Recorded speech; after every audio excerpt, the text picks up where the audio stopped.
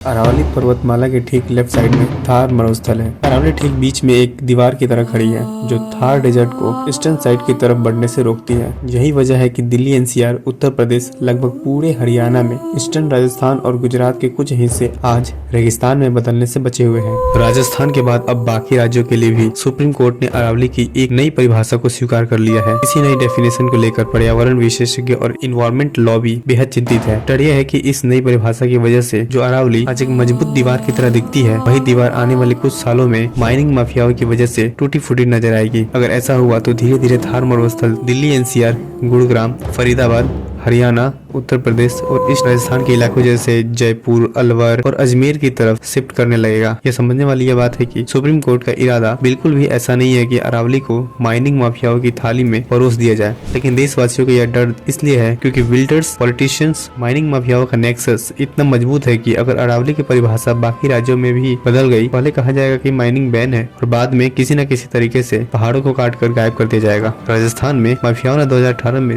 सारी हदें पार कर दी थी, जब 31 पहाड़ियों को पूरी तरह काटकर जमीन में बदल दिया गया था। मतलब पूरे के पूरे पहाड़ ही गायब कर दिए गए थे। एक तरफ प्रेस रिलीज कर कहा जाता है कि अरावली के जंगल दिल्ली एनसीआर की लंग्स है, जो हवा की गुणवत्ता और जलवायु को संतुलित रखते हैं। दूसरी तरफ राजस्थान के बाद अब गुजरात, हरियाणा और दिल्ली में भी यह परिभाषा लागू की जा रही है कि जो पहाड़ 100 मीटर से ऊंचा है वही अरावली है और 100 मीटर से नीचा है तो अरावली नहीं। जबकि सच्चाई यह है कि अरावली लगभग 250 करोड़ साल पुरानी पर्वतमाला है। यह हमें रेगिस्तान से बचाती है, जलवायु संतुलन बनाए रखती है और जीवन की रक्षा करती है। अगर सच में प्रोटेक्शन देना है, प्रोटेक्शन के नाम पर इसके साथ किसी भी तरह की छेड़छाड़ नहीं होनी चाहिए।